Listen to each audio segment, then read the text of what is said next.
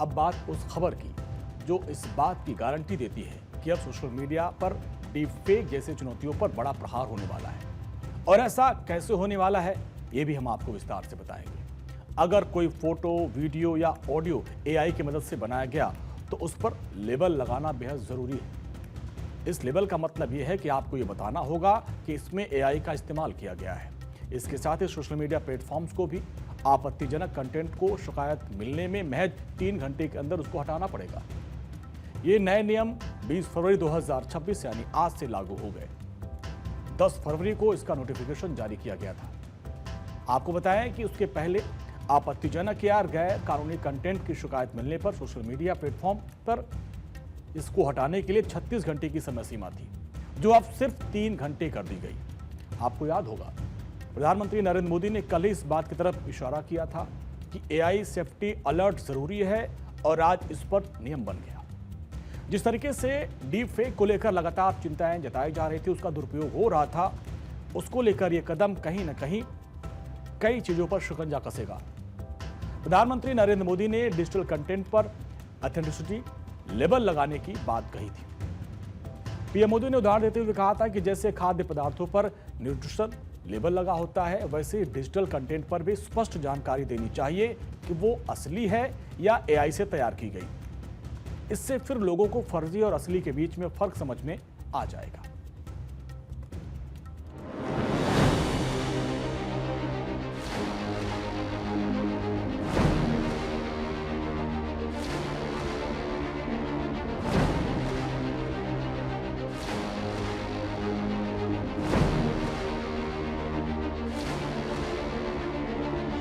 आज की एक बहुत बड़ी आवश्यकता ग्लोबल स्टैंडर्ड्स बनाने की भी है। डीप फेक्स और फैब्रिकेटेड कंटेंट ओपन सोसाइटीज में अस्थिरता ला रहे हैं। फिजिकल वर्ल्ड में हम फूड पर न्यूट्रिशन लेबल देखते हैं ताकि हमें पता हो कि हम क्या खा रहे हैं। ठीक उसी तरह डिजिटल वर्ल्ड में कंटेंट पर भी ऑथेंटिसिटी लेवल्स होने चाहिए ताकि लोगों को पता हो कि क्या असली है और क्या एआई से बनाया गया है।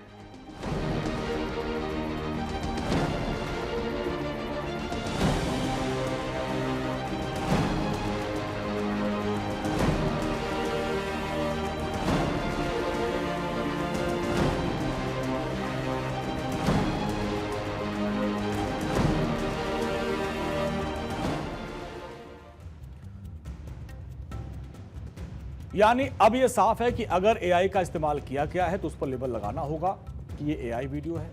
एआई से तैयार कंटेंट के कोने में स्पष्ट रूप से एआई जनरेटेड या फिर इसी तरह का लेबल लगाना अनिवार्य हो गया। अब उदाहरण के तौर पर अगर किसी नेता का एआई से बनाया गया भाषण वाला वीडियो अपलोड किया जाता है तो उसे बिना लेबल के पोस्ट नहीं हो सकता। इसके अलावा अब कई और प्रावधान भी किए गए हैं। लेबल हटाने पर सख्त कार्रवाई का प्रावधान है। पहले लोग एडिटिंग करके एआई कंटेंट का वाटरमार्क हटा देते थे, अब ऐसा करना गैर कानूनी होगा। सरकार ने प्लेटफॉर्म्स को भी निर्देश दिया है कि वो ऐसी तकनीक अपनाए जिससे लेबल या फिर मेरा डेटा से छेड़खानी की कोशिश होते ही कंटेंट स्वतः डिलीट हो जाए या फिर उसको रोका जा सके। चाइल्ड कंटेंट पर भी डीप फेक पर कड़ा रुख रहेगा। अगर एआई का इस्तेमाल करके बच्चों से जुड़ी अश्लील सामग्री, धोखाधड़ी, हथियार से जुड़ी कोई जानकारी फैलाने या फिर किसी व्यक्ति की नकल करने के लिए इसको किया जाता है तो ये गंभीर अपराध माना जाएगा। अब सरकार ने स्पष्ट कर दिया कि ऐसे मामलों में कड़ी कानूनी कार्रवाई की जाएगी। यूजर की घोषणा जरूरी प्लेटफॉर्म पर भी जिम्मेदार है। अब जब कोई भी यूजर कंटेंट अपलोड करेगा तो उसे यह घोषित करना होगा कि सामग्री एआई से बनाई गई है या नहीं। प्लेटफॉर्म्स को ऐसे टूल्स लगाने होंगे जो यूजर के दावे की जांच करे।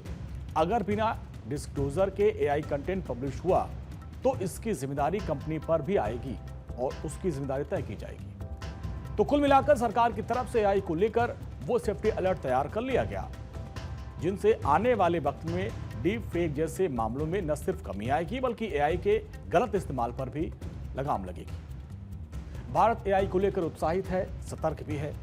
तो जिस तरीके से एआई समिट दिल्ली में हुआ, उसने विरोधियों को मोदी सरकार का मोदी भी बना दिया।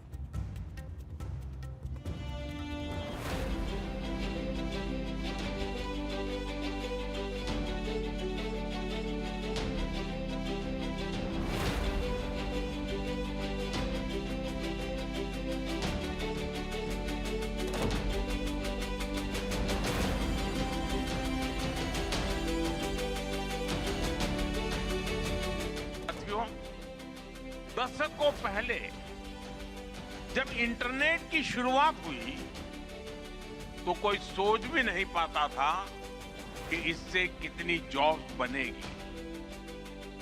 यही बात एआई में है। आज कल्पना करना मुश्किल है कि आने वाले समय इस फील्ड में किस तरह की जॉब पैदा होगी। एआई का future of work pre defined नहीं है। ये हमारे निर्णय पर, हमारे कोर्स ऑफ एक्शन पर निर्भर होगा।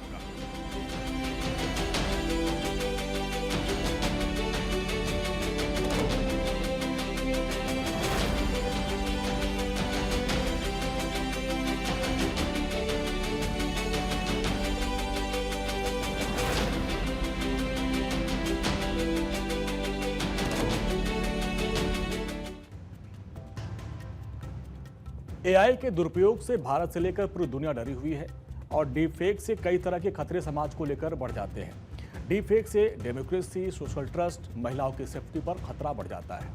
हाल के केस ने इसकी चिंताएं बढ़ा दी हैं। हालांकि सरकार ने इस कदम को लेकर भी कई एक्सपर्ट की अलग अलग राय सामने आई है। कुछ एक्सपर्ट कहते हैं कि 3 घंटे की टाइमलाइन से ओवर सेंसरशिप हो सकती है, फ्री स्पीच प्रभावित हो सकती है, जैसे सटायर या फिर जर्नलिस्टिक जो अप्रोच है जिसमें एआई का यूज किया गया है। हालांकि सरकार का कहना है कि ये सेफ इंटरनेट के लिए बेहद जरूरी है। वैसे तो आपने कई बार डीपफेक के बारे में सुना होगा, देखा होगा, लेकिन ये है क्या? शायद बहुत से लोग इसके बारे में जानते तक नहीं है। अब ऐसे में हम आपको बताते हैं कि आखिर ये डीपफेक है क्या।